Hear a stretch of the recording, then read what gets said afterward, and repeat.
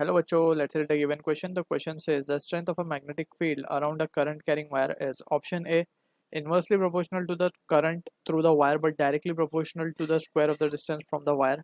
Option B directly proportional to the current through the wire and inversely proportional to the distance from the wire. Option C directly proportional to the distance from the wire and inversely proportional to the current through the wire. Option D directly proportional to the current but inversely proportional to the square of distance from the wire. So इस question का जो की concept we need to understand is the concept of magnetic field due to current carrying wire. Magnetic field due to current carrying wire. तो यहाँ पे अगर हम ध्यान से देखें, by Oersted experiment we can say कि लेट सपोज कोई एक वायर है जो कि करंट कैरी कर रहा है एंड वी नो के this current carrying wire will produce a magnetic field around it. So accidentally what happened in the experiment was कि a magnetic needle was accidentally brought near the current carrying wire and he that is hence Oersted observed some deflection in the magnetic needle. अब ये जो deflection थी, ये deflection उसी तरीके की deflection थी जो कि ये मैग्नेटिक नीडल मैग्नेट के पास शो करती है. सो हैंस ऑस्टेड कंक्लूडेड के यहाँ पे भी एक मैग्नेटिक फील्ड प्रोड्यूस हो रही है सेम एज दैट द जो मैग्नेट प्रोड्यूस करता है. So from here we can say कि फिर सर्टेन और ऑब्जर्वेशंस वर मेड. तो उस ऑब्जर्वेशन को हम थोड़ा सा यहाँ पर लिस्ट डाउन करते हैं. First observation was increasing the magnitude of current lead to the increase in magnetic field strength. Magnetic field भी बढ़ गई करंट के बढ़ने से, मैग्नेटिक फील्ड स्ट्रेंथ इंक्रीजेस. ये कैसे पता चला? ये जो डिफ्लेक्शन था, ये डिफ्लेक्शन काफी तेज होने लगा. पहले हल्का हो रहा था डिफ्लेक्शन, फिर करंट का मैग्नीट्यूड हमने बढ़ाया तो ये डिफ्लेक्शन तेज होने लगा. This is north, this is south. So इससे पता चला कि करंट के बढ़ने से मैग्नेटिक फील्ड भी डायरेक्टली प्रोपोर्शनल है. मीन्स अगर मैग्नेट करंट की वैल्यू हम बढ़ाएंगे so current is directly proportional to magnetic field. इसको यूजुअली हम डिनोट करते हैं मैग्नेटिक फील्ड को बी से, जैसे करंट को आई से कर रहे हैं, इसको बी से करते हैं. सो यहाँ से समझ में आया कि करंट इज प्रोपोर्शनल, या फिर सिंपली हम बोले तो magnetic field is proportional to current. Current बढ़ेगा तो मैग्नेटिक फील्ड भी बढ़ेगी.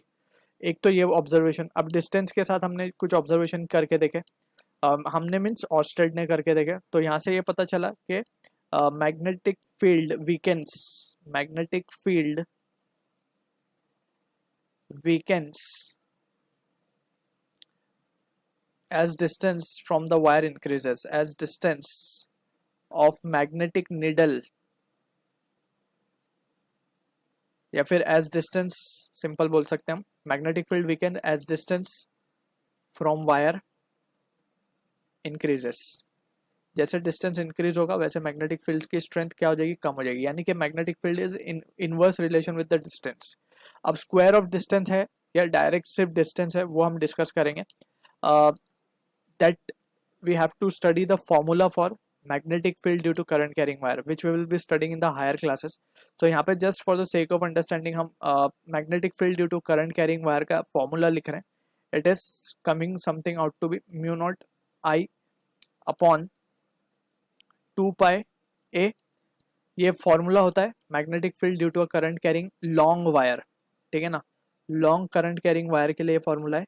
ये हमें याद रखना है. जस्ट अभी ये हायर क्लास में हम पढ़ेंगे, डिराइव भी करेंगे.